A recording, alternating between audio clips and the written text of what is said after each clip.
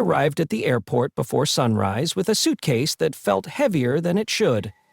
I told my wife I'd be gone for 3 days on a short trip. For work, I said. And I told myself it was a harmless way to answer a question I'd been avoiding for months.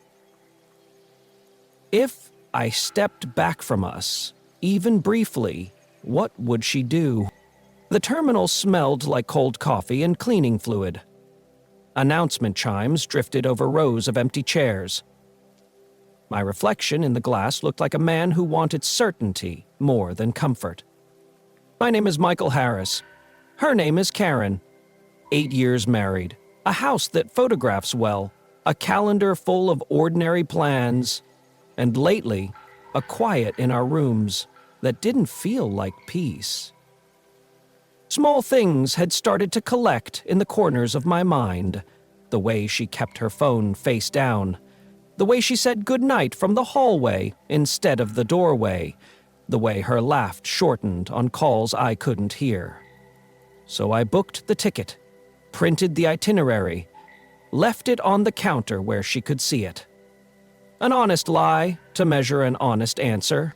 The wheels of my bag whispered across tile. I texted her, boarding soon, and stared at the screen until it dimmed. No reply. I told myself it was early, that she was sleeping. It meant nothing, but meaning has a way of attaching itself to silence. On the plane, I stared at the seatback map and felt the first pinch of doubt. Not about her, about me. About the kind of person who sets a trap and calls it a test. The city below folded into clouds.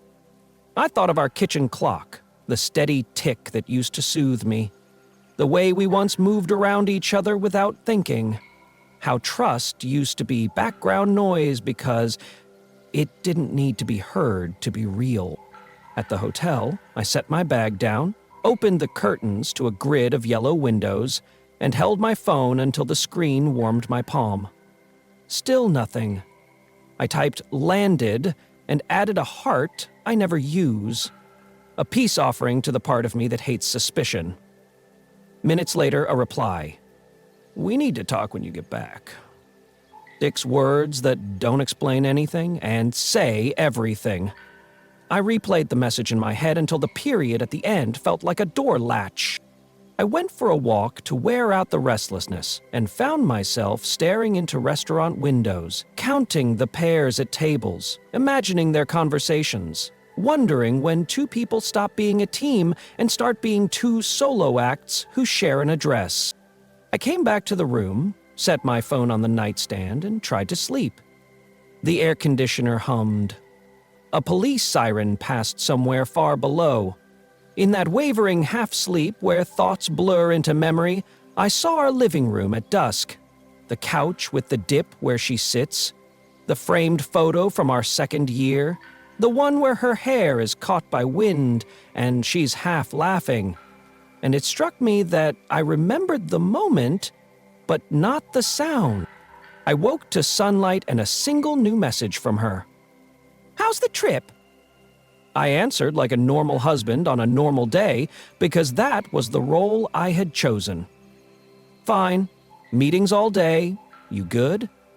She replied, busy, talk later. A sentence that means everything or nothing, depending on the day you read it. Noon blurred into afternoon. I reminded myself, the point of the test was observation, not interference. So I watched my own reactions instead of hers. Jealousy, then shame at the jealousy, then a quieter thought that surprised me with how steady it felt. If trust requires evidence, maybe what you have isn't trust. I ordered room service. I couldn't taste. Called her? Voicemail. Let it ring again, just to hear the tone. I pictured her phone lighting up on the kitchen counter, lighting up again, going dark. I tried to remember the last time she'd asked me a question that wasn't about schedules or groceries. Something curious, something small. And I couldn't place it. That night, I opened my notes app and wrote what I didn't want to say out loud. You don't test someone you trust. You test a hypothesis. The next morning, I checked out early and rented a car. Distance felt like a wall I could push down by moving toward it. The highway unspooled under a pale sky, mile markers ticking off like seconds in a long apology I hadn't decided to make. Sometime after dark, the road narrowed. The radio faded. I realized the only person I was trying to catch was myself. I pulled into our street with the headlights off. The porch light was on, the way we always left it, curtains drawn almost, but not quite shut.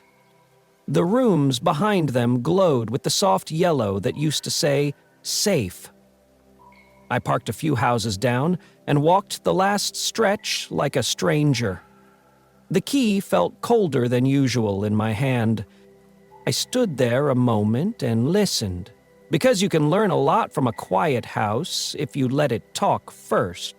Hey, if you're interested in this, hit the like button, subscribe, and type interested in the comments, and I will give you a heart. I turned the key and stepped into the hallway. The scent hit me first. Coffee, and the faint trace of perfume I knew but couldn't name.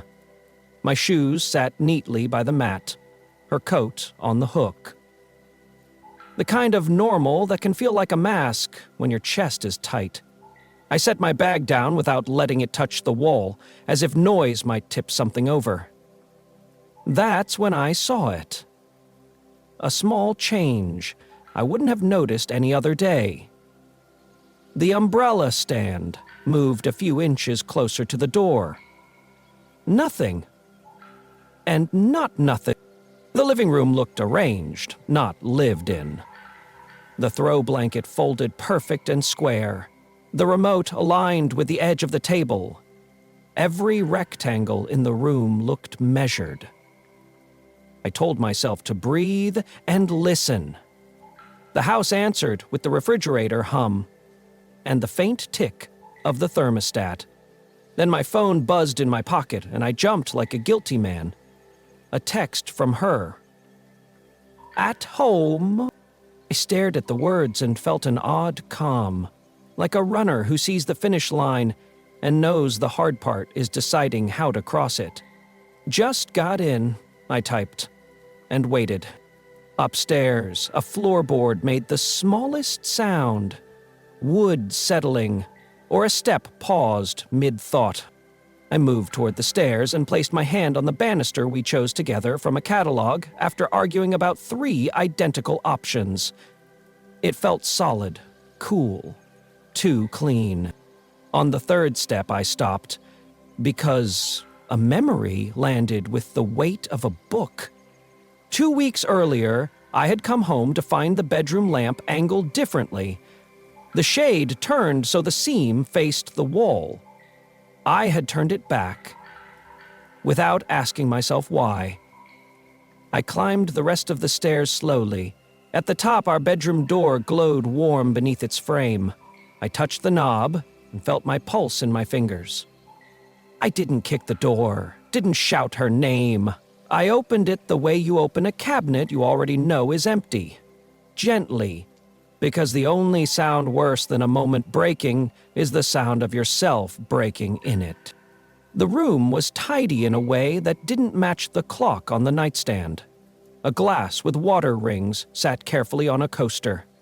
The bed was smoothed, as if someone had just stood up. And there, on the edge of the mattress, sat a small black object, no bigger than my thumb. A tiny camera.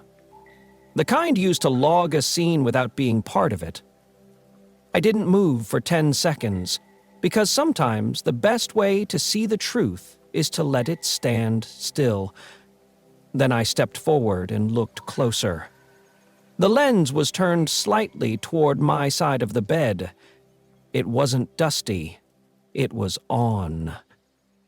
I stepped closer without touching it, listening for the faint electrical hiss that cheap lenses make when they hunt for light. It was there, almost nothing, but once you hear it, You can't unhear it. I angled my head and caught my own reflection in the glass. A small, warped oval of my eye. And the sight made my chest tighten. Whoever placed it knew exactly where I sleep.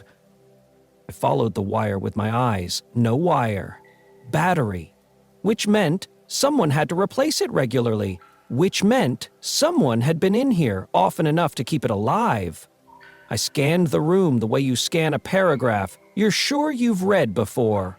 Nightstand, baseboards, the space beneath the dresser, the lip of the bookshelf.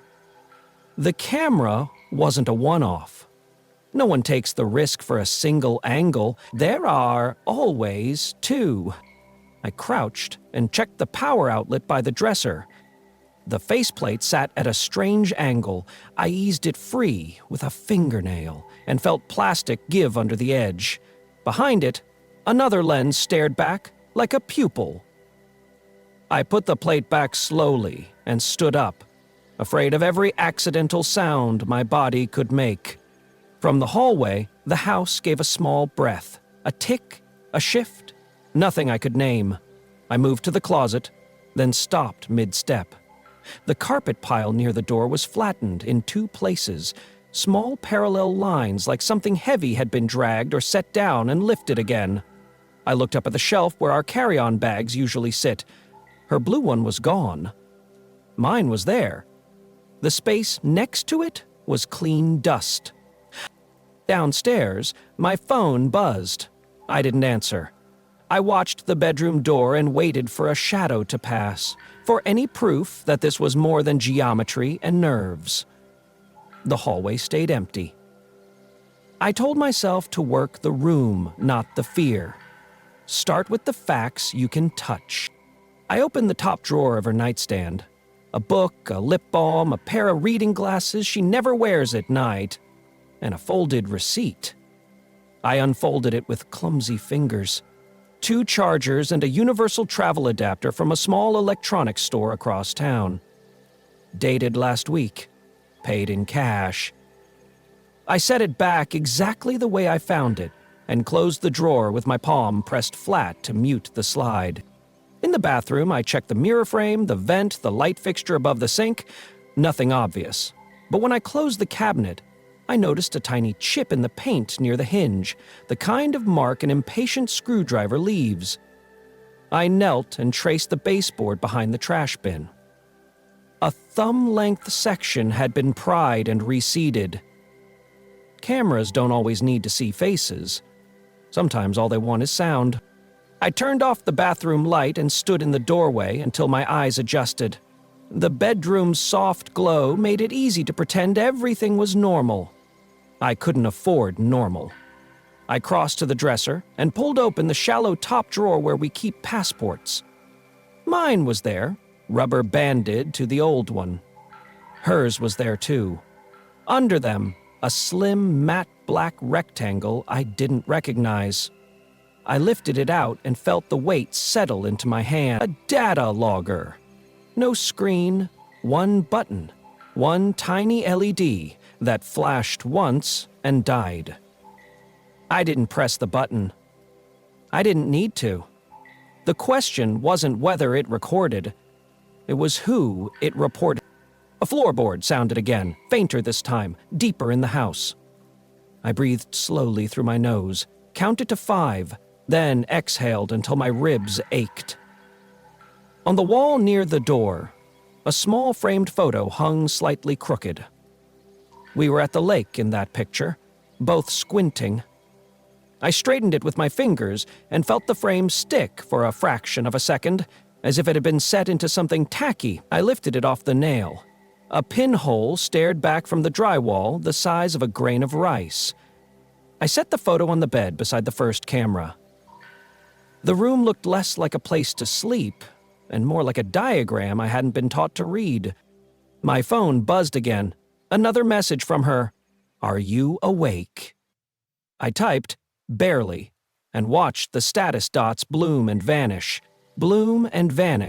like a heartbeat that couldn't settle. Then her reply. Don't be scared. I read it twice. A strange choice of words from someone who didn't know I had come home early, unless she did know, which would mean she could see me, which would mean something in this room was talking to someone outside it. I set the phone face down on the dresser and listened to the silent side of it. I moved to the closet and eased the door open an inch at a time. The hinge didn't complain. Her clothes hung in their usual gradients, darker on the left, lighter on the right. A quiet order I had always admired. The floor was clean, except for a scuff near the back wall where a shoebox had been recently slid. I pulled the box out and lifted the lid. Not shoes. A clean coil of cable, screw bags, adhesive pads, a roll of black electrical taping. All new. Beneath, a second lid. I peeled it back and found 3 tiny memory cards in a plastic sleeve and a single folded sheet of paper. I unfolded it. A sketch of our bedroom with small circles drawn in pencil at the corners and 2 along the baseboards. Each circle had a short code written beside it. Whoever made the diagram knew the exact dimensions of this room and the exact places you stop seeing small things because you think you know a space too well to look again. And put everything back the way I found it and stared into the closet until my eyes watered. It's strange, the moment you stop asking who would do this and start asking, how long have I missed it? The first question looks outward and stalls. The second looks inward and burns. I closed the closet and scanned the room one last time, letting my gaze drift the way you spot a 3-leaf pattern in tall grass. I found the third camera tucked into the spine row of paperbacks on the shelf, drilled through a hollowed copy of a novel neither of us ever finished. I slid the book out and felt cold air kiss the space it left behind.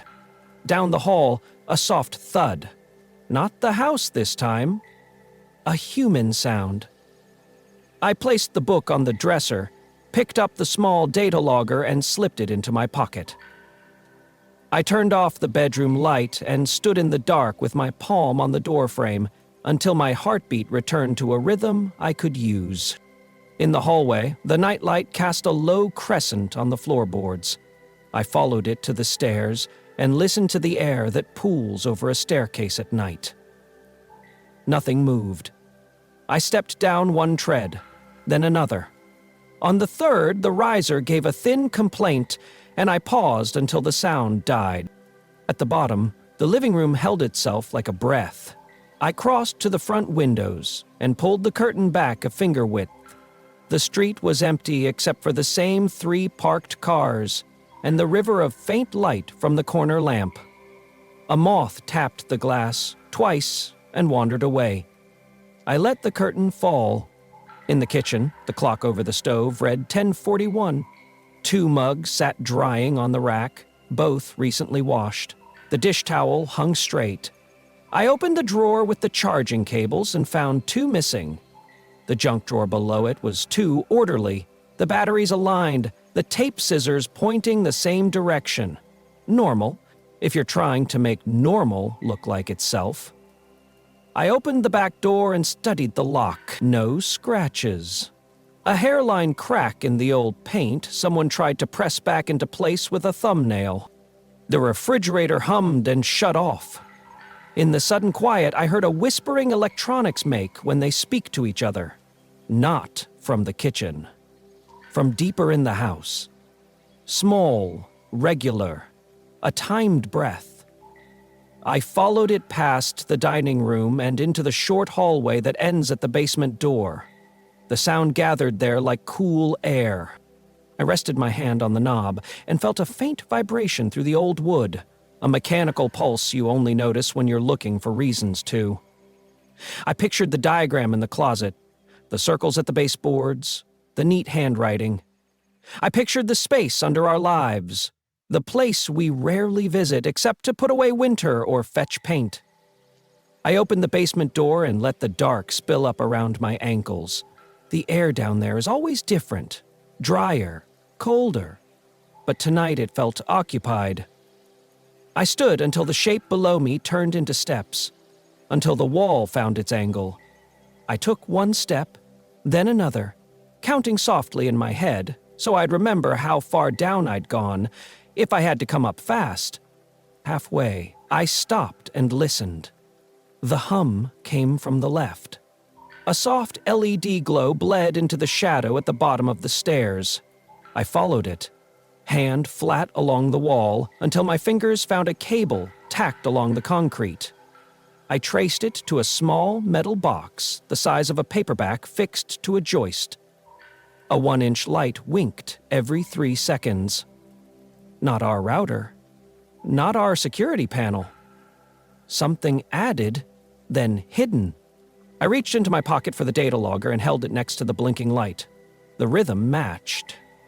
Someone had built a spine under the house to feed the rooms I thought I knew. Above me, the front door latch clicked very softly, then closed. A draft moved through the stairwell. Footsteps on the upstairs floor, measured and careful, headed down the hall I had stood in minutes ago. I clicked off my phone screen and let the basement dark close around me. I could see just enough to know where not to stand. I listened for the next sound in the sequence and heard it. The quiet exhale a person makes when they see what they expected to see. It came from the bedroom. Then another step. Then silence. The kind that listens back. I pressed my palm against the metal box until the cool bit into my skin and kept my breath shallow. There are decisions you make with words and decisions you make with the weight of your body. I chose stillness and waited for the house to tell me who was home. I stayed still long enough for my legs to ache. The basement air held onto the day's cold and gave nothing back. Above me, a board near the bedroom gave a small pop. Then another, then quiet, like someone had set their weight and stopped moving. The kind of stillness a careful person uses to listen for other careful people. I eased 2 fingers off the metal box and shifted my weight onto my heels. The concrete pressed through my socks. I counted to 10, then to 20. When the house didn't complain, I let my breath out through my teeth and took 2 slow steps toward the bottom of the stairs. From there, I could see the slice of light under the basement door. A thin gold line like a ruler laid against the dark. It vanished for a second, then returned. Someone had paused in the hallway, right above me, then moved on. I waited for the next sound and got it a moment later, a soft thud on the kitchen counter, the kind a phone makes when it's set down screen up. A drawer slid. Not slammed. Tidy hands. A cabinet door opened and bumped closed with a controlled click. Then, water. Quick! A glass filled halfway, cut short. Whoever it was didn't wait around to drink. Footsteps again. Lighter than mine by at least 20 pounds. Fast enough to know the floor plan without thinking. Slow enough to avoid the loud boards near the center of the hall. I moved back to the metal box and found the cable that ran toward the joist closest to the stairs. The cable had a faint warmth. I followed it with my fingers to a junction point, wrapped in clean black tape, a fresh finish without dust. One branch ran toward the living room ceiling, the other toward the bedroom. The winking LED synced with the small sound from above. 3 seconds on, 3 seconds off. The rhythm of a heartbeat that belonged to the house, not me. A step creaked near the basement door, the step that always complains even when you're careful.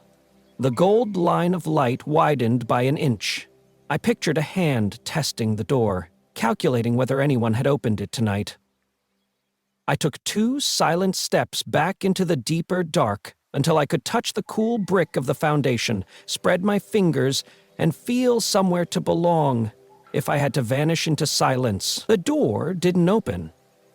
It closed a fraction more, as if someone chose to leave it exactly where it had been rather than set off the memory of a hinge that never quite sits right when you move it too far. The footsteps went upstairs again. I followed them in my head until they reached the bedroom. A pause. Then the more private sounds of a person who believes they're alone. A breath let out through the mouth. A jacket sliding off a shoulder. Fabric settling onto a chair. The house swallows those sounds and leaves a residue. I could hear it in the length of the pauses. Whoever was up there knew this place well enough to stop in the same spots we do. I crouched and pulled my phone out just enough to see the time without waking the screen. 10:49. Dot. I slid it away. The data logger in my pocket pressed against my leg like a coin you don't want to spend. I needed a clock that belonged to the other person, not to me, so I waited for a tell. It came 10 seconds later. Faint, but clean. The click of a camera shutter on a phone set to its quietest setting, then another, then nothing. I rose and took a step toward the stairs. The wood answered with the softest complaint, a dry whisper that even a careful person can hear when they're listening for a different kind of sound. I froze. Above me, silence. Then a single step, not toward me, but toward the far side of the bedroom, where the closet is. The closet door, in my mind, opened without a noise, because I had oiled that hinge last winter and never bragged about it. Another silence, longer this time, the kind that turns your thoughts into echo. A text came through to my phone. The vibration felt too loud in my pocket. I cupped it with my palm until the hum died and read the preview with the screen still dim. Unknown number. 4 words. Front, camera, offline now. Then a second text. If you're in the house, don't go upstairs. I stared at the words until they refused to rearrange into something safe. I checked the number. Out-of-town area code. No name. I put the phone away and waited for the follow-up that didn't come. Above me, the steps crossed from the bedroom into the hallway and stopped. I pictured a person with their thumb on a phone screen, reading a message they didn't expect at the same time I did. A mutual interruption. The hum from the metal box hiccuped. The LED skipped one blink, then resumed. Not dead. Interrupted. I pressed my ear against the joist and felt more than heard a tiny relay click somewhere deeper under the floor. Not random. A command. I took the stairs one at a time, each foot sliding to the edge of each tread, distributing weight, becoming the kind of person who had learned too late how to move quietly in his own life. At the top, I put my eye to the sliver of space between the door and the jamb. The hallway light cut a clean stripe across the runner. Nobody in view. The air had a different temperature, the way a room does after a door opens and closes. I eased the door inward just enough to slip through and let it fall back into its seat without the latch catching. The runner muffled my steps as I moved toward the kitchen. The phone lay face up near the sink, the screen lit with a message from a thread labeled Unit. The last incoming line matched mine. Front camera offline now. Above it, an earlier one I hadn't seen. Bedroom lens pulled. Confirm staging. I stood in the middle of my own kitchen reading orders I didn't understand and made myself choose not to look back at the basement door. I opened the silverware drawer and took out the dullest thing with a point, a butter knife. Not a weapon, just a plan. I set it beside the phone and took a picture of the screen with my own device. Then I put the phone back exactly as it was, moved the knife back into the drawer, and closed it with the same pressure the other person had used. In the hallway mirror, a thin wedge of the bedroom doorway sat in reflection. A shadow crossed it, paused, and then did something I didn't expect. It knocked. 3 short, polite taps on the inside of the bedroom door, to whom was unclear. The shadow didn't speak. It waited, then it turned and walked toward the stairs, as if it had changed its mind mid-gesture. I was closer to the front of the house than to the stairwell, so I flattened myself against the wall beside the entryway table where we keep our keys. The keys weren't there. The bowl was empty and clean and dry. The person walked past me without seeing me. A dark jacket, close-cropped hair, maybe late 30s, not tall, not small, a face I might not remember if I wanted to. They didn't look left or right. They went to the door, unlocked it, and stepped outside. The latch clicked home behind them. Pop! I counted to 20 before I let my lungs move. Then I went to the peephole. A sedan sat 3 houses down, driver's side window down, engine off. The man walked to it, opened the back door, and slid in. The dome light flicked on, and I saw the outline of another person in the front passenger seat, a woman with her hair pulled tight into a low knot. The light went off. The car didn't start. They sat there 5 minutes, then 6, like a meeting conducted in increments of silence. Then the back door opened, and the man got out, alone, and walked away from our street without looking back. The sedan stayed where it was. I stepped away from the door and replayed the knock in my head. 3 taps inside a room to announce yourself to no one. A habit, not a signal. People adopt rituals when they live inside other people's spaces. He'd been here before. He had a script. I went upstairs fast and quiet, crossed the bedroom and opened the closet. The shoebox with the cables wasn't tucked all the way back anymore. It sat a finger wink forward. I slid it back. On the shelf above, her blue carry-on had returned. The dust on either side of it had been disturbed by hands that know where things belong and move them there when they're done. I checked the nightstand. The receipt was gone. The book sat open to a different page than the one I'd seen. The camera on the bed had vanished. I turned to the bookcase and ran my fingers along the spines. The hollowed-out novel had been pushed back into place, but the angle was a shade wrong, the way a picture frame tells you which stranger touched it. I pulled it, checked the hollow. Empty. I set it down and crouched at the baseboard where the paint chip in the bathroom had told me to look earlier. The board lifted with less effort this time. Behind it, another cable with a break in the insulation the size of a fingernail. Someone had pulled a connector and left in a hurry. I stood and faced the room as if it were a person I needed to address directly. "Okay," I said, barely above a whisper. "Show me something you meant to hide." I let my eyes drift the way you do when you try to catch movement at the edge of vision. That's when I saw the difference in the lampshade seam again.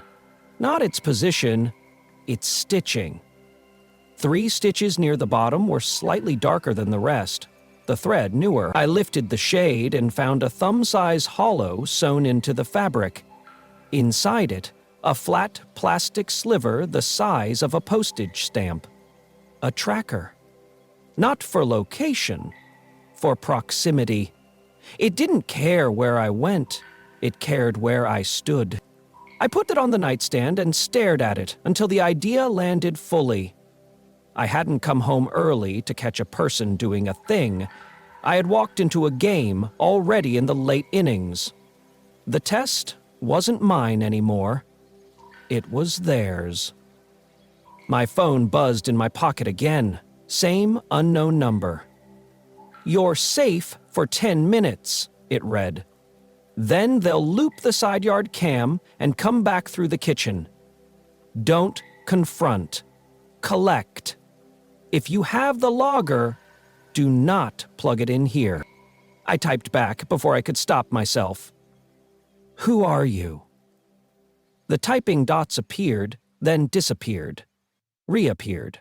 Then a reply.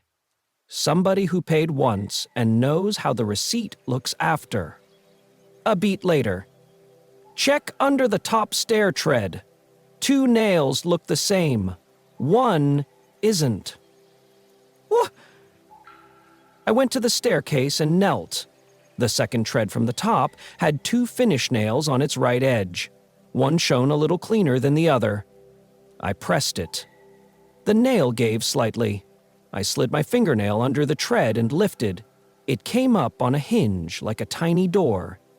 Inside, a phone I hadn't seen before sat wrapped in a microfiber cloth. No case, no stickers, just a white phone with a hairline crack across the corner. I turned it over. The back had a strip of black tape hiding the brand. I didn't power it on. I didn't want it announcing itself to anything. I tucked it into my pocket with the logger and closed the tread. My hands were shaking now. Not from fear, but from the feeling of a net shrinking in clean, invisible lines around a thing you'd once thought was just your life. Downstairs, the front door clicked again. This time, I didn't freeze. I crossed the hall, stepped into the guest room opposite the bedroom, and stood behind the door, where anyone entering would look the other way first. Two voices floated up the stairs. The man from before and a woman. Not the one from the sedan. This voice carried a different register, lower, confident, practiced in command. They didn't whisper. They didn't need to. People who feel entitled to a space speak normally in it. They stopped in the hall outside the bedroom. The woman said, "The first unit's down. You pulled the bed lens?" The man said, "Yeah. Closet and spine are clean." He was sloppy. The woman laughed once, not amused. He was sloppy because he didn't think we'd get the contract on a house like this twice. A beat. Take the plate by the dresser outlet. Swap for the quiet model. I want audio even if the grid blips. A contractor. A contract. A job, not a feud. The language cleared something I hadn't named. This wasn't romance. It was administration. Someone had paid to turn our marriage into paperwork. A third voice joined them from downstairs. Distant, barely a thread. My wife. "Karen." "Is it done?" she called, steady, the way you ask if the plumber turned the main back on. The woman in the hall answered, "Almost." And then, after a pause, "You should wait outside." Karen said, "Closer now." "I'll wait here." I closed my eyes and let the sound find its shape. Not guilt, not panic, control. Whatever this was, she was part of the planning. Not a target, not a hostage, an organizer. The thought came without drama and sat down in the center of me. The man unscrewed the outlet faceplate. The woman's shoes turned on the carpet. She walked 2 steps toward the guest room door and stopped. The silence that followed wasn't empty. It was assessment. She knew the geometry of the house the way I did.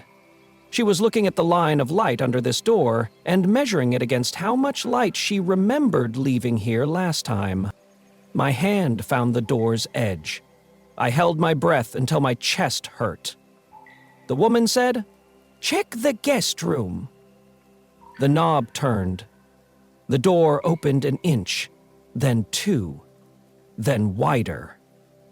I kept my eyes on the floorboard seam so my pupils wouldn't catch the light. The woman stepped in, stood in the center of the room, and didn't move. She let the room announce me if it wanted to. When it didn't, she took a slow tour of the edges. Window lock, dresser top. Under the bed with her phone's flashlight for show more than search, and when she reached the back of the door, she stopped on the hinge side, where a body would flatten. She set her palm on the wood, not hard, not soft, and waited to feel if it warmed. After 10 seconds, she took her hand away and left. She pulled the door shut, not all the way, leaving a gap small enough that from the hallway it would look closed. A trap for a nervous hand. She said, "All right," to the man. "Finish up. We're done in 5. I counted each of his screwdriver turns and counted the seconds between them, marking how long I had before the house would rearm itself around me. I needed one thing only. Something that would prove what they were doing without showing I'd been here, seeing it. The white phone in my pocket felt like an answer, but not if it belonged to them. I needed something that traced back to a system with a name. I slid along the wall to the hallway thermostat and lifted it off its bracket the way I'd done last summer to change the batteries. 2 wires, a serial code, a manufacturer. I took a photo, set it back, and aligned the smudge exactly where we'd left it last time we cleaned. Then I moved to the entryway table and opened the thin drawer where we keep warranty cards and instruction pamphlets. Under the stack, a glossy card with a logo I didn't recognize sat pressed flat. "Click Sex Home Services," it read, with a number and a QR code. In small print, diagnostics, compliance, incident review. Footsteps downstairs, the front door opening, a whispered exchange I couldn't make out. The woman called up, "Powering the mesh," like a stagehand warning the actors. The LED under the floor near my feet caught a new rhythm, faster now, synced to a signal I couldn't see, but could feel in my teeth. The house had been returned to its default truth. I stepped back into the guest room and closed the door the rest of the way, slowly, without the latch catching. I waited for the house to empty itself of voices. When it did, I went to the bedroom, put the tracker back into the lampshade hollow, slid the hollow book exactly to the angle I'd found it, and reset the umbrella stand its 2 inches forward beside the door. I made the room lie the way they expected it to, because sometimes the only way to move through a trap is to pretend it already caught you. Downstairs, I sat at the kitchen table, placed the Civex card on the wood and stared at it until the letters stopped meaning a company and started meaning a plan. Then, I took the data logger and the white phone out of my pocket and stood there holding one in each hand like a choice. I put the logger back into my pocket.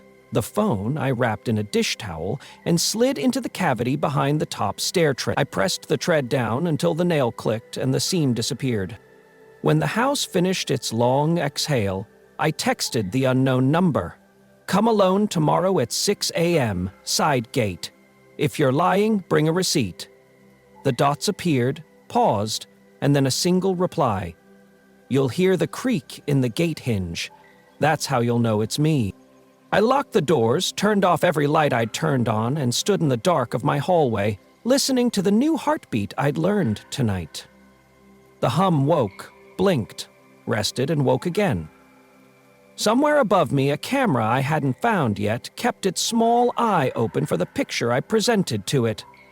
I gave it nothing to see but a man thinking about how to unspool a line that someone else had wound through his life with clean hands and a service logo. Then I went to the bedroom and lay down on the side of the bed the first camera had been watching, closed my eyes, and held still the way a person does when he wants the house to think he's sleeping. At 5:52 a.m., the house was a held breath. I sat at the kitchen table with the Civex card beside the salt shaker and a mug of coffee I'd forgotten to drink. The street was still dark enough to hide second thoughts. At 5:58, I stood, pocketed the data logger, and slipped out the back door without letting the hinge speak. The side gate waited at the end of the narrow path between our house and the neighbor's fence, its wood gone soft at the bottom where sprinklers do their slow work. I rested my fingers on the latch and listened for a sound I'd never noticed until last night. At 6:01, the gate whispered, not a squeal, not a scrape, a thin creak like a reed bending in a shallow stream. A silhouette paused on the other side. "You alone?" a voice asked, low and plain, the kind people use when they've already learned to say little. "I am," I said. "For now." The latch lifted. The gate slipped inward, and a woman stepped through. Early 40s, canvas jacket, hair in a quick knot, no makeup. The kind of face that looks like it learned its habits from hard jobs. She closed the gate behind her and didn't offer a hand. "You're late," I said. "You're early," she answered, and glanced at the upstairs windows before turning back. "Let's not talk in the open." We moved to the far corner of the yard where an old grill and a lopsided pot of rosemary made a small blind. She didn't sit. She scanned the roof lines and the neighbor's bedroom window, and then took a small folded bag from her pocket, the metallic kind you keep car keys in when you don't want them to talk to a car. "Faraday," she said, holding it up. "For your phone and anything that thinks." I slipped my phone in. She checked to make sure I sealed it and nodded once. "You texted me," I said. "Who are you?" "A client," she said. "Former. For Civex. For people who use them," she said. "That's different." "You said you paid once," I said. "Show me." She took a wallet from her jacket and produced a creased, carbonless receipt. Civex Home Services at the top. The same logo as the card. A line item that read, Routine Diagnostics and Incident Review, Tier B, and an amount that looked like a number you say softly. 4 figures with a small service credit below it. The paid stamp cut the date in half. In the fine print, consent by signature of property owner or authorized agent. "Who signed?" I asked. She turned the receipt over. The signature was a neat cursive version of my name that wasn't mine. "Authorized agent," she said. "They like that phrase. Covers everyone who shouldn't be covered." I let that sit. "Why were you a client?" "My ex-husband," she said. "He hired them during our separation. Said it was to make the house safer while the kids were there. You know the rest." "The rest." "They put eyes where we breathe," she said simply. "Not just cameras. Timers. Triggers. They build a case and sell you the story of yourself." "Who hires them now?" I asked. "People who need leverage, but don't want to call it that," she said. "Sometimes it's divorce, sometimes it's custody. Sometimes it's business partners who share a house. Sometimes it's just fear with a budget." "And the looped camera?" I asked. "The side yard." She nodded toward the eaves. "Mesh unit. Battery-backed. 2 nodes. They can freeze a frame from yesterday and play it while they walk through your kitchen. The neighbors never notice because nothing moves wrong." "Why are you helping me?" I said. "I told you in the text," she said. "I know how the receipt looks after. And I know what it does to your head when you start to think your life is a spreadsheet someone else can export." She paused. "Also, your wife called the same crew that did my house. I recognized the woman's voice on your side porch last night. The one with the low register," I said. She nodded. "Field lead. Books as May. Might be her name, might not. She trains the installers to leave a house in the shape a person remembers, not the shape it was." Thought of the umbrella stand slid 2 inches. "Why move things at all?" I asked. "To claim the room," she said. "Like a signature only they can read." I took the Civex card from my pocket and handed it to her. This was in our drawer. She flipped it once, sniffed at the paper like she could smell toner, and said, "Intake card. They leave it by mistake sometimes. It tests whether you're looking." "Tests," I said, and heard the exhaustion in the word. She pretended not to. "You found a logger," she said. "You said you had it." "I have it," I said, "in my pocket." "Don't plug it in here," she repeated. "Your grid is hot. If they seated a watchdog, it'll call home the second you mount anything that speaks USB. "Then what?" I asked. She produced a small plastic rectangle from her jacket, clear on one side and rubberized on the other. "Air-gapped reader. Old. Slow. But dumb. Dumb is good." "You carry that for nostalgia?" I said. "For mornings like this," she said. "Give me the logger." I hesitated. She lifted the Faraday pouch with her other hand and looked at me until my fingers decided they believed her. I passed the logger over. She slid it into the pouch with her own phone, then slid the pouch into the empty grill's ash cavity, a box of metal inside a box of metal, and rested the lid. "Reduces bleed," she said. "Even if they did something fancy, they'll have to be in your driveway to hear it." She opened the reader, connected the logger, and watched a grainy little screen that looked like it had been scavenged from a calculator.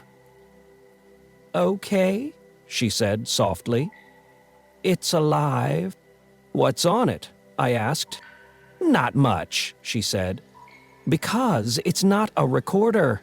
It's a finger. It points." She turned the screen so I could see.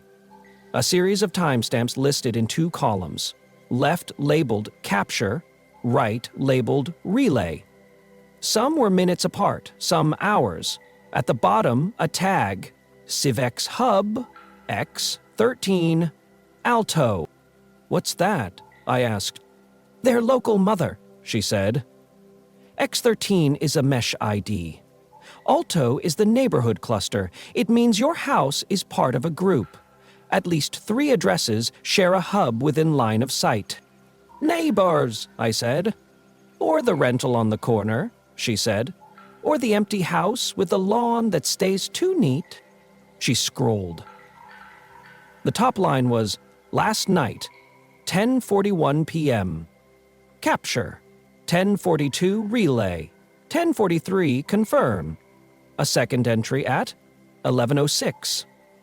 Another at 2:18 a.m.ing. Then 5:47. They came back before dawn, she said. Swapped something. They pulled the bed lens, I said. They pulled what you found, she corrected.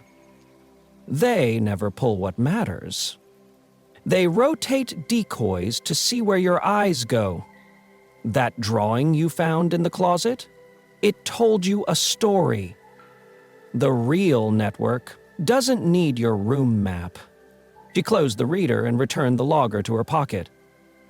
You want proof that lives in paper, not firmware, she said. Work orders, dispatch, subcontract certs. They leave a trail because they like to get paid. Where do I find it? I asked. In the work trucks, she said. In the glove box, or a clipboard behind the seat, and in the new contractor's file at the city office if they pulled a permit to install a hazard mitigation mesh. Civex. Everett's favorite phrase, when they need to sound like safety. You've done this before? I said. Once, she said. It cost me a year I won't get back. I'd like to be paid in someone else's time this round. A window in the neighbor's house slid open, and an old man coughed into his morning pifou. She lowered her voice and stepped closer. Listen, you don't confront today. You do 3 things. First, you make a record that looks boring. Your notes, with dates, not adjectives. Second, you buy a spiral-bound notebook and write house maintenance on the cover. Leave it on the kitchen counter and write down every time you change filters or reset a breaker. People who live in houses write like that. People who work them from the outside hate it. Third, you call your insurance and ask a stupid question about whether your premiums go down for adding environmental monitors. Say you're considering third-party mesh. See if they say Civex before you do. Why that? I asked. Because if your carrier is in bed with them, they've already got a memo, she said. And if they don't, they'll send you a list of approved vendors. Watch which names aren't on it. That tells you who's flying under radar. And Karen, I said before I could decide whether to say her name, what do I do with her? Nothing, she said. Not yet. She hired them, I said. Maybe, she said. Or maybe she signed something on a clipboard at her job because someone told her it was a routine building compliance for employees with company devices at home. Authorized agents aren't always conspirators. They're often just people who don't read what they're trusted to sign. She asked, Is it done like a foreman? I said. she asked, like someone who wants it to stop. The woman said, and then let that hang between us like a question I would have to answer myself. The back door of our house gave a tiny settle, wood against wood, the kind doors make when the first warmth slips into the day. She checked the kitchen window instinctively. "I have to go," she said. "You'll hear from me when I have a plate number and a dispatch ID." "How?" I asked, glancing at the Faraday pouch. She smiled with one side of her mouth. "I have old ways." She pulled a card from her wallet, smaller than the Civics one, embossed with nothing, just a number and a word. "Ledger." "Don't text this," she said. "Call from a payphone or a VoIP you can throw away. Say your name is Alto." "I'll know." "Auto," I said, and looked at the logger's mesh tag in my head. She heard it land. "Good," she said. "Means you're awake." She stepped back to the gate. "If someone shows up with a maintenance vest today, offer them coffee and let them into the backyard first. People who lie don't like to walk past kitchen tables. They'll try to keep you in a doorway. Don't let them." She eased the latch and slipped out. The hinge sang its small creak again. I stood listening until the morning swallowed it. Inside, the house had shifted a half-degree toward the hour when a neighborhood wakes. A car started 2 streets over, a garbage truck tested its brakes, and a jogger's soft syllables passed the front walk.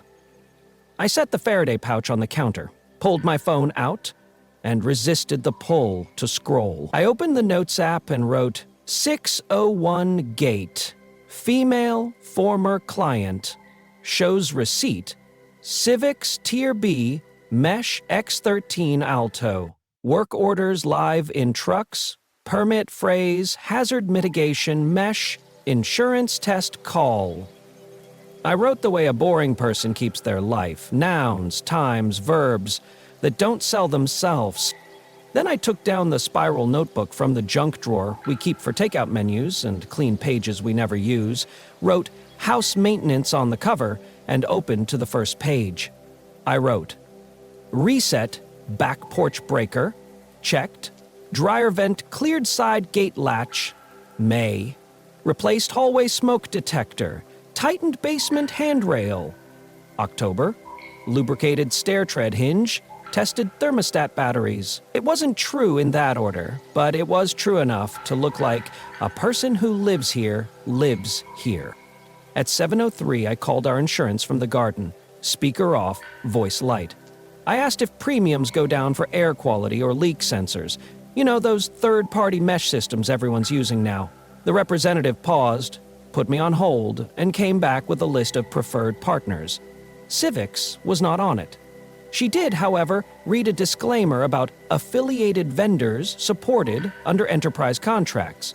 When I asked what that meant, she said that sometimes employers have relationships with monitoring providers as a benefit for remote work, compliance, and wellness. "Authorized agent," I said to the tomato cage. "Sir?" "Nothing," I said. "Thank you." I hung up and watched a small bird land on the fence like it had nothing to do with my life. When I came back inside, a text from Karen waited. "I'm coming home at lunch. Need to talk." I typed "okay" and didn't send it. I erased it and typed "what time." I erased that and typed nothing. I set the phone face down and went to the staircase, pried the top tread, and checked the white phone. Still there, still asleep. I closed it and pressed the nail until the seam vanished. At 8:11, a white van rolled slowly down our street and stopped in front of the rental 2 doors down, the one with the lawn that always looks recently combed. The logo on the van said Civex in clean blue letters you'd trust, if you wanted to. The driver got out, alone, no vest, no ladder, no clipboard in sight. He stood on the sidewalk and looked up and down the block like a man waiting for a dog to reappear. Then he went to the rental's side gate and let himself in without knocking. I took one photo through the curtain. Not of him. of the van's rear quarter, where DOT numbers and a unit ID live for people who care. X13702, Alto. The mesh had a license plate. 10 minutes later, the van left. It didn't stop at our house. It didn't need to. The neighborhood is a single body, if you ask the right map. I stepped into the hallway and heard the faintest click from the thermostat. A relay closing, a command given. The LED under the floor 3 studs to my left winked and rested. The house told me, in its small language, that someone had said, "Good morning" to it. I put the Civex card back in the drawer where I found it. I left the lampshade seam the way I'd arranged it. I centered the umbrella stand 2 inches from the door. I made the room boring. And then I made coffee for 2 and set 1 mug on the counter to cool, so it would look like someone had been here when Karen came home for lunch to talk. When her key turned the lock at 12:12, the house stilled for a breath, the way it always does when the person it's most used to is in the threshold again. She walked into the kitchen, kissed my cheek like habit, eyed the second mug and said, "We need to stop doing this." "Doing what?" I asked. "Pretending we don't know what we're doing," she said, and took the seat that faces the window, the one that lets her watch the street and me at the same time. "They're going to send a maintenance tech tomorrow to service the environmentals. You'll be here." "Authorized agent?" I said, too lightly. She flinched, not at the words, the tone. She folded her hands and stared at her knuckles. "Michael," she said, "I know about the cameras." "You should," I said. "You hired them." She looked up, steady. "I signed a form at work because the building compliance officer said it was part of our device policy. 2 weeks later, a woman named May told me she was my point of contact. I didn't hire anyone. I accepted a service I didn't understand. Is there a difference?" I asked. "There is," she said, in court paper. She took a folded set of copies from her bag and pushed them across the table. Company letterhead. "Home Environmental Compliance Addendum," it read. In the blank where my name should be, someone had typed M. Harris and added, "Authorized by household." The signature line wore a cursive that resembled me if you didn't know me. The date matched the day I remember the lampshade seam turned to the wall. I stared at the paper until the black inches of text became a field. "Why didn't you tell me?" I asked. "I tried," she said. "You said we shouldn't turn our house into a debate. I didn't want to start a fight about something I couldn't afford to undo yet." Her voice thinned. "And I was scared the reason I wanted it undone had more to do with how I felt about you than what they were doing to the house." "How do you feel about me?" I asked, and hated how small and large the question sounded in my mouth. She didn't blink. Like, "I'm losing you to a version of you that needs proof for everything except the things that don't fit in a folder." She let the words sit. Then she slid me another paper. "There's a work order for tomorrow. It's in your name, not mine. If you sign it, they're allowed to bring the hub inside. If you don't, they have to keep it on the pole. That changes what they can call ambient." "Ambient," I said. "Air," she said. "Sound. Motion. Ambient means we were already here. We sat with the difference between inside and outside, between granted and assumed." I folded the papers and gave them back. "What do you want?" I asked. "I want the air in our house to belong to us," she said. "And I want to know why you think you have to leave to figure out if I want you here." She lifted her coffee and didn't drink it. "Come with me this afternoon. Let's find out what that van returns to when it leaves this street." "You want to chase it?" I said. "I want to see where it sleeps," she said. "Things are easier to name when you see where they go at night."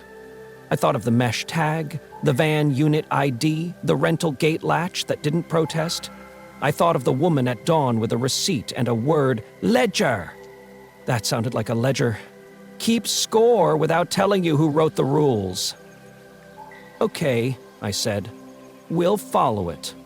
Karen nodded once, and for the first time in weeks, her face softened in a way that reminded me of the photo at the lake. The half laugh, the hair caught by wind. Then she set her cup down and said, calm and practical, "If we do this, we do it my way. No scene, no confrontation. We're collecting, we're boring, we're married people running errands." "Authorized," I said, and this time she rolled her eyes instead of flinching. It was the closest thing to relief I'd felt in days. We cleared the mugs, wiped the counter, and stacked the mail. Then we stood in our quiet kitchen and listened to the house breathe. For the first time since I came home, it felt like it was breathing with us instead of around us. We left the house at 4:37, the kind of hour where a neighborhood looks honest because the light makes every flaw visible. Karen drove. I watched the mirrors and the space between my knees where the Civics card sat face down like a quiet command. We didn't talk much. She kept the speed just below impatient and let the distance to the rental 2 doors down collapse without looking like we were watching it. At 4:52, the van returned, same unit number on the rear quarter, same white paint that tries to look like good news. It idled for a minute, then eased out and headed toward the arterial. Karen fell in 2 cars back, and I looked like a man who was just there for the ride. The city peeled away from us in layers, small houses with front porches, then warehouses with polite logos, then a stretch of road that forgot to be about people and remembered trucks instead. The van took the turn toward the light industrial park by the river. It didn't signal. It didn't have to. Karen let a box truck slide between us to keep the line of sight honest. We passed a sign that said Riverport, Units 1038, and turned into a lot where everything is always either arriving or leaving. The Civex van slipped behind Unit 26 and parked near a roll-up door with no company name, just a number stencil and a keypad. We didn't pull in. We kept going to the end of the block, turned right, and parked beside a building with a window full of framed fishing lures. From there, we could see the alley between 24 and 26 like a letterbox. The roll-up door lifted a foot, then 2, then a person in a dark jacket ducked under and let it close behind him. 10 minutes later, a second van arrived, older. Logo sun-faded. The door rolled again. I watched 2 men unload plastic bins with the same careful grip you use on something expensive that looks cheap. Karen took a pen from the cup holder and wrote the times in small, neat numbers on the back of an envelope. She didn't say why. I knew. Boring people keep lists. Lists get believed. We waited. The men came and went, the door rose and fell, a forklift beeped somewhere out of frame. At 5:41, a woman crossed the alley with a paper coffee carrier and a posture that said she expected to be obeyed. May. Even without hearing her voice, the gravity was there. She tapped a code into the keypad with 2 fingers, looked up and down the alley in that quick, comprehensive way, then slipped inside. I took 3 photos. Keypad. Roll-up number. The corner of a posted sign that read, Tenant Delivery Liability. C. Manager. Karen breathed out slowly. Not relief, not fear. Alignment. We'll need the manager, she said. Not today. Another day. When you look like paperwork. If I ever look like something, I said, it's paperwork. The van we'd followed left at 6:03, pulling into traffic like a commuter with a dinner to get to. We let 5 cars pass and then looped around to catch a glimpse through the warehouse office window as we went by. A bulletin board faced the glass. Most of it was the kind of noise that keeps a wall from being suspicious. Safety reminders, a calendar, a flyer for a potluck that no one would attend. But in the bottom corner, half covered by a takeout menu, a laminated badge hung from a tack. Civex, vendor permit, with a number and an expiration date. We went home without saying what we'd seen. Sometimes naming a thing too soon makes it smaller than it needs to be in your mind. In the kitchen, Karen set the envelope with the times beneath the maintenance notebook and turned the page as if the last one had been finished long ago. I made a second list on my phone. Unit 26, keypad pattern, vendor badge, van numbers. Then, I wrote a sentence I didn't like writing but needed to see. If this is leverage, it needs a buyer. We ate standing up. The house sounded like it had decided to behave for the night. At 8:19, my phone vibrated with a call from a number I didn't recognize and couldn't return if I wanted to. I let it go. A voicemail appeared a minute later, 15 seconds long. A female voice said, "You're looking in the right place. Tomorrow 10 a.m., Unit 24, loading dock. Someone will open the door to smoke. Get the placard above the light switch. That's your hub ID, not the man." Then a click. No name. Karen listened once and rewound with her finger like we were back in a time when you could hear tape struggle. "It's the woman from the yard," she said. "She said ledger." We slept with the bedroom window cracked for the first time in a month. The air had the kind of cool that makes sleep feel like a task you can complete. I woke at 3:11 and let my mind inventory the house. The new heartbeat under the floor kept time at a patient 3 seconds. At 9:12 the next morning, I left in a shirt with the collar pressed and a pair of shoes that made a quiet, well-behaved sound. Karen stayed behind to be the person who would have answered the door if the door had needed answering. The industrial park was busier on a weekday morning, the kind of busy you can vanish inside. I parked where we'd parked before and pretended to be late for something forgettable. At 9:58, a man in a gray sweatshirt slid the side door of Unit 24 and stepped into the morning with a cigarette, like he'd been doing this for years. He propped the door with a rubber wedge and leaned his shoulder against the jamb, the way a person does when they plan to be asked questions and don't intend to answer any. Above the light switch inside the door, a small metal placard had been screwed into the wall. Civics, Hubble. Flash 24. I took a photo from the car mirror's reflection. 2 seconds. Then another straight on as a delivery truck blocked me from his view for a breath. I texted the photo to an email I keep for receipts and nothing else. I wrote in the subject line, "Air filter model." In the body, "Please confirm hub ID." Boring. Ordinary. Real.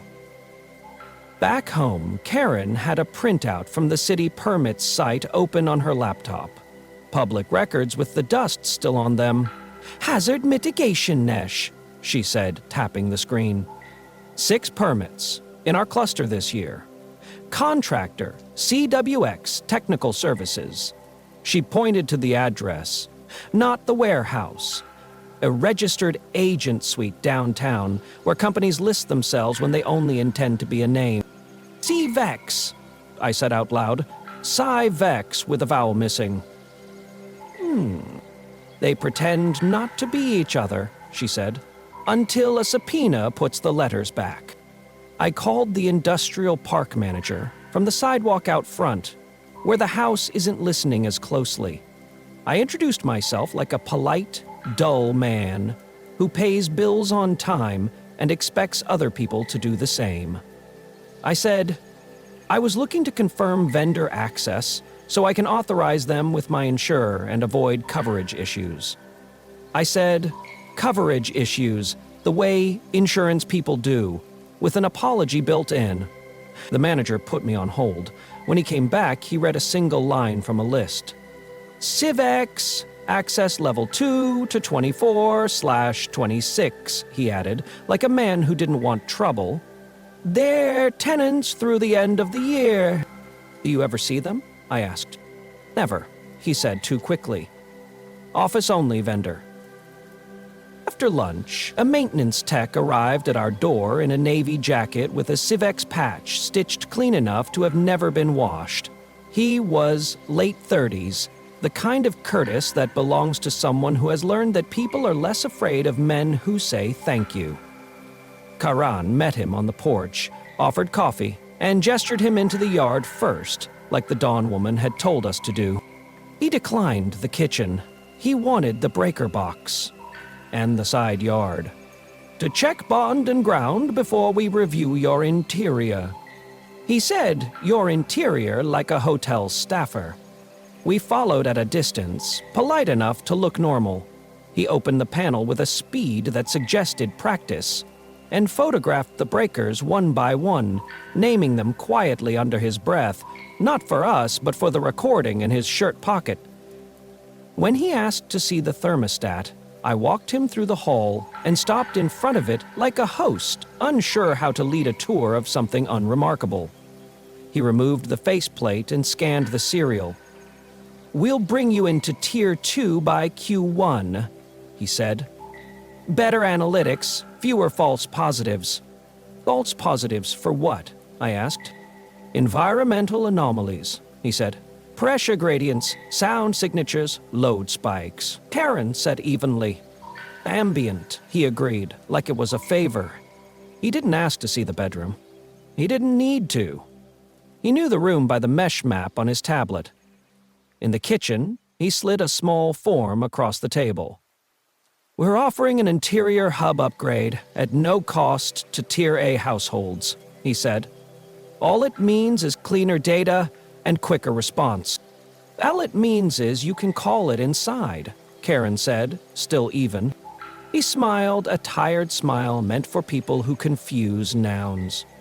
"All it means is cleaner data," he repeated. I picked up the pin, held it like a man considering a warranty, and asked, "Who pays you?" "Our clients," he said. "Which ones?" I said. He gave the shrug of a person trained to be sincere without saying anything. "We're contracted in a lot of ways," he said. "Enterprise, municipal, private." "Insurance carriers," Karen said. "Sometimes," he said. "Sometimes employers, sometimes property managers." He tapped the signature line without tapping it. "I'll need a copy," I said, "for my records and your vendor badge number." He paused a fraction too long. Then he flipped his badge around and held it out. I took a photo and pretended it was for my own forgetfulness. He smiled again, smaller.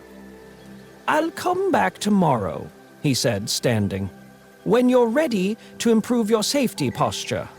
He left without touching the door frame. His shoes didn't squeak. The house took a breath after the latch engaged and then returned to listening. We stood in the kitchen with the unsigned form between us, like a plate neither of us wanted to wash. Karen said, "He didn't flinch when you asked who pays him." "Okay. Doesn't care," I said. "Or he believes he's right." "Which is worse?" she asked. "Whatever makes a person rearrange the furniture 2 inches and call it safety," I said. If you're interested in this, hit the like button, subscribe, and type "interested" in the comments, and I will give you a heart. That night, the unknown number sent a photo without text. A clipboard in the passenger seat of a van.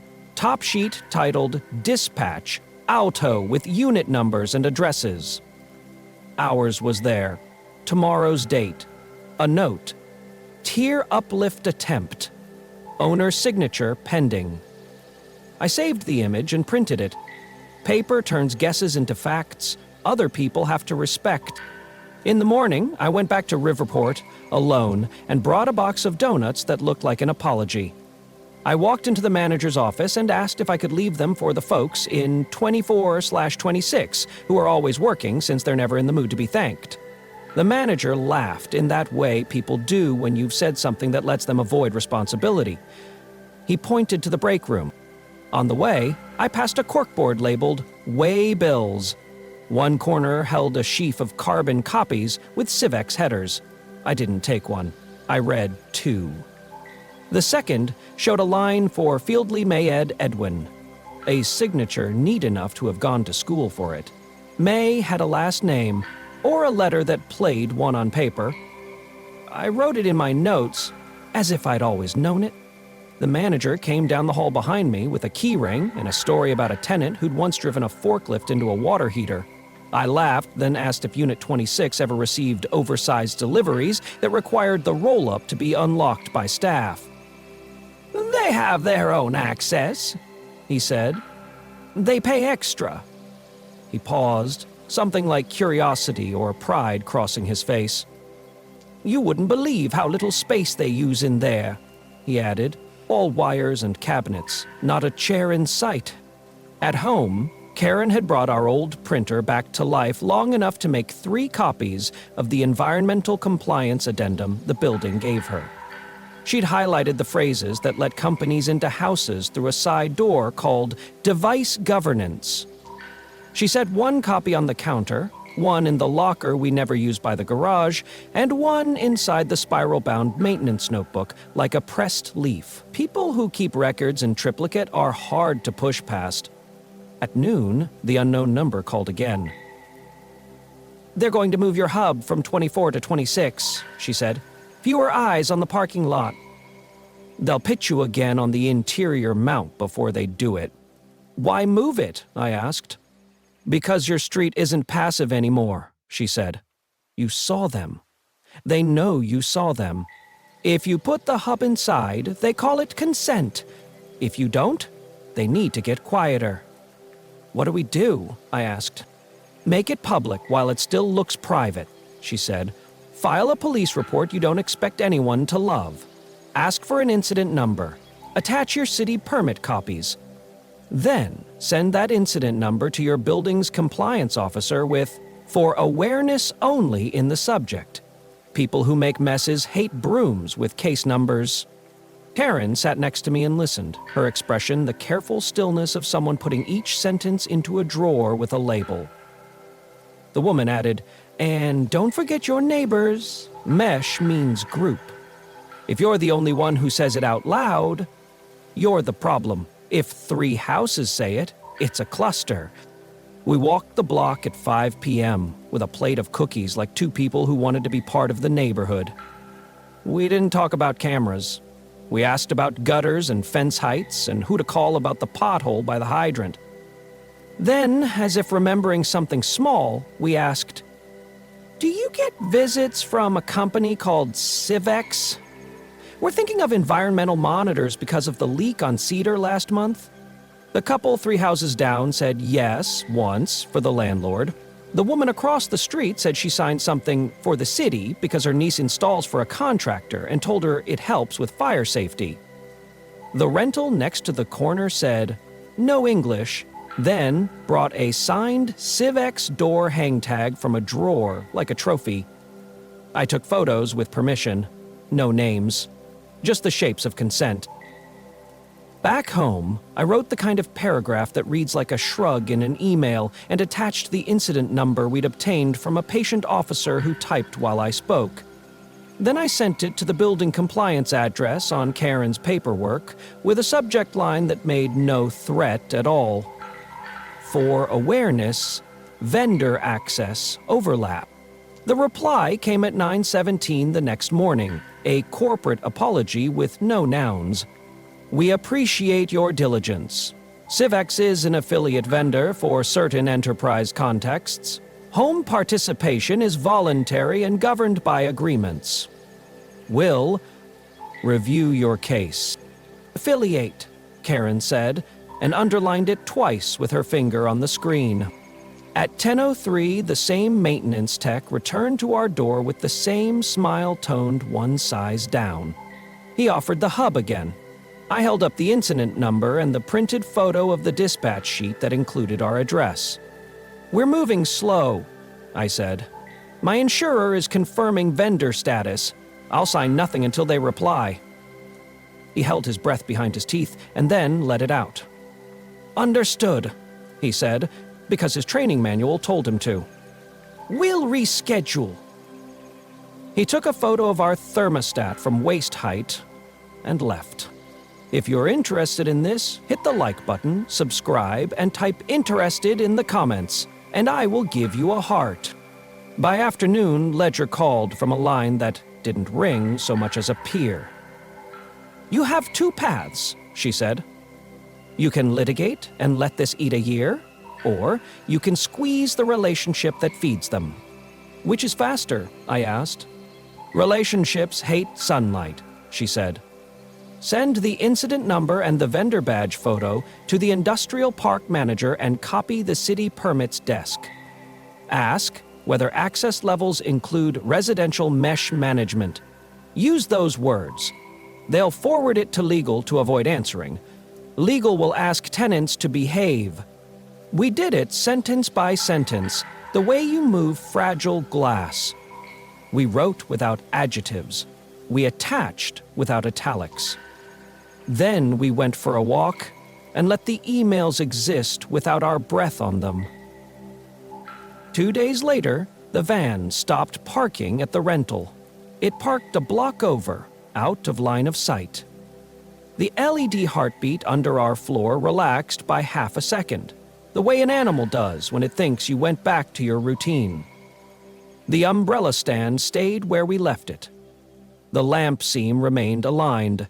The house hadn't become honest, but it had become cautious. We chose not to celebrate. We chose to keep stacking paper. I met the industrial park manager for coffee with a folder labeled thermostat manuals and slipped into the conversation the photo of the hub placard. He pretended he didn't see it, which told me he had. Erin requested her building's device governance audit, under a clause she found in a policy no one had read since a year they still printed binders. The audit returned a week later with 3 blacked-out pages and a list of approved affiliates. Not Civex, CWX Technical Services. Yes. A note at the bottom said, "Residential environments may be included when employee devices transit domicile." A sentence that lets a company sit in your kitchen while saying it's somewhere else. She printed that note and taped it to the inside of our maintenance notebook. Not to look at, to remember. The morning we decided to take the logger to a place that couldn't hear it, it rained. We drove to a library 2 neighborhoods away, the kind with a quiet room that still honors the word quiet. Ledger met us in the parking lot and handed me a metal box with a single port and a sticker that said, "No network." She looked tired in a way that didn't need explaining and said, "You plug it in, you read, you unplug, you don't scroll, you don't export, you photograph the index only." Inside, we sat at a table near the genealogies and pretended to argue about a family tree. I connected the logger to the dumb reader and watched an index appear. Dates, relay times, hub references, yes/no flags for inside, ambient, incident. At the bottom, a line that made my throat tighten. Owner signature. Pending 3 attempts. I photographed the index as if it were a page in a cookbook I'd need later. Ledger tapped the screen with the back of a nail. "There," she said. "Incident flags map to your insurance claim language. If they're sending incident to anyone, they're billing or expecting to." "Who do we show?" I asked. "Not police," she said. "Not yet. They'll thank you and file it in a drawer that guesses wrong. Send it to the city's tech procurement desk with a single question. Does this vendor relay incident flags to any municipal data lake or public partner? Copy your council rep, copy your building, copy the park manager. Give everyone the chance to say they didn't know until they did." "We did." The first reply was defensive and used phrases like "best practices" and "industry standard." The second reply copied a person whose title included privacy. The third reply asked for a call to better understand your concerns. We sent PDFs instead of taking a call. Calls vanish. Paper lingers. By the end of that week, Cyvex vans were redirected for routine inventory, according to a notice the manager posted by the vending machine. The roll-up door at Unit 26 stayed closed for 2 days. On the third, a locksmith truck parked outside 24 and a man changed the keypad. The placard above the light switch disappeared. In its place, a rectangle of cleaner paint marked where it had been. That night, Karen and I sat on the floor of the living room with the windows open to the polite city noise. We didn't say much. When you take a net off a room, it doesn't cheer, it just relearns how to breathe. She rested her head against the couch and said, "We should still leave." "Leave the house?" I asked. "Or leave the way we've been in it?" "Yes," she said, and smiled without looking at me. I called Ledger the next morning and asked what she wanted for her time. She laughed, then didn't. "Keep a copy of everything," she said. "When someone you trust says upgrade, ask them where the wires end." That's the price. We kept the notebook where people could see it, and the Faraday pouch where only we could. We learned the names of 3 neighbors' dogs. We returned the umbrella stand to the line the floor remembered from a year ago and left it there for a whole month just to see nothing happen. If you're interested in this, hit the like button, subscribe, and type "interested" in the comments, and I will give you a heart. When the letter came from the city 6 weeks later, it was written in that careful, responsible voice institutions use when they've found something they regret approving. It said, "We've concluded an internal review of affiliate vendor access. Your address was included in a cluster served by a private contractor without adequate documented consent. We've directed the contractor to cease relay activity pending compliance updates." It did not name Civex. It did not name CWX. It named a case number. Paper with a number owns a different space in the world than paper without one. Karen read it twice and set it on the table. "We're not done," she said. "I know," I said, "but the house is listening to us again." One evening, I went to the bedroom alone and stood by the lampshade I had once treated like a wound. I lifted it and felt nothing except dust and the ordinary patience of fabric. I put it back and said into the quiet, "I'm here." Not because I needed the house to hear me, but because I needed to hear me. We didn't become brave, we became simple. We used fewer apps. We wrote more dates. We knocked on the guest room door before entering for no reason at all except to remind ourselves that doors are choices. I called my insurer again and asked them to remove any employer affiliate link that could be interpreted to reach our address. The representative said there was nothing to remove. I said, "Noted," and sent myself an email with that word in the subject so it would appear later when I needed to see it. On the first cool night of fall, Karen turned to me at the sink and said, "Why did you say you were going on a trip to test me?"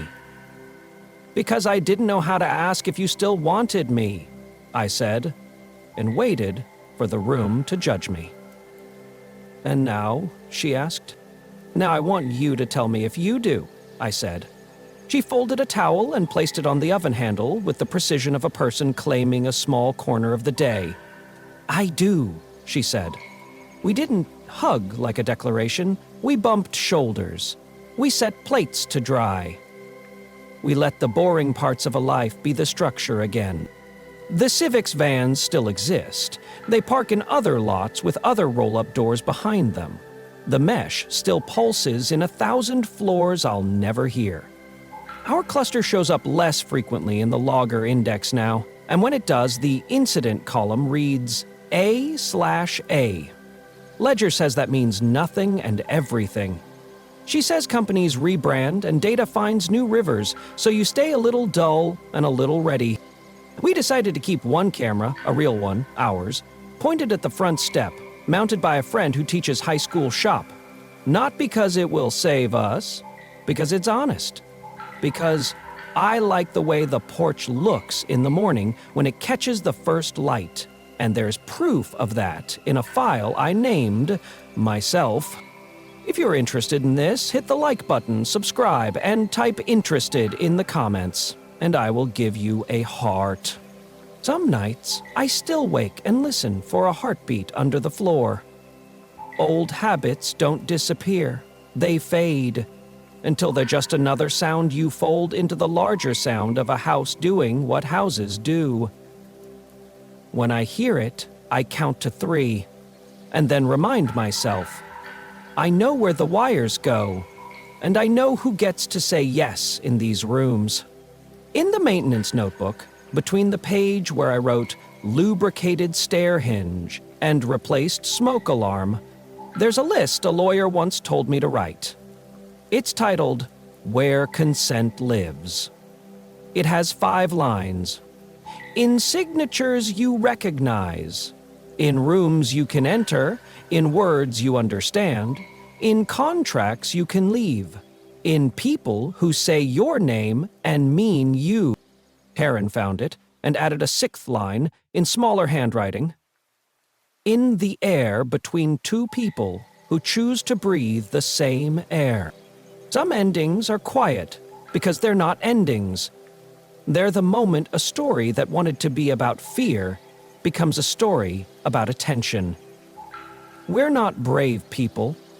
We're practiced. We learned how to look at a room we thought we knew and ask it to show us what we weren't seeing. If you're interested in this, hit the like button, subscribe, and type "interested" in the comments, and I will give you a heart. We still keep the stair tread loose, not for secrets, so we remember how easily wood hides a space when you stop running your hands along it. Sometimes, on my way up, I press the nail head and listen for the soft give, then let the tread settle. The sound it makes is nothing to anyone else. To me, it's the house saying what it couldn't say before. You're here, and this time, you're listening.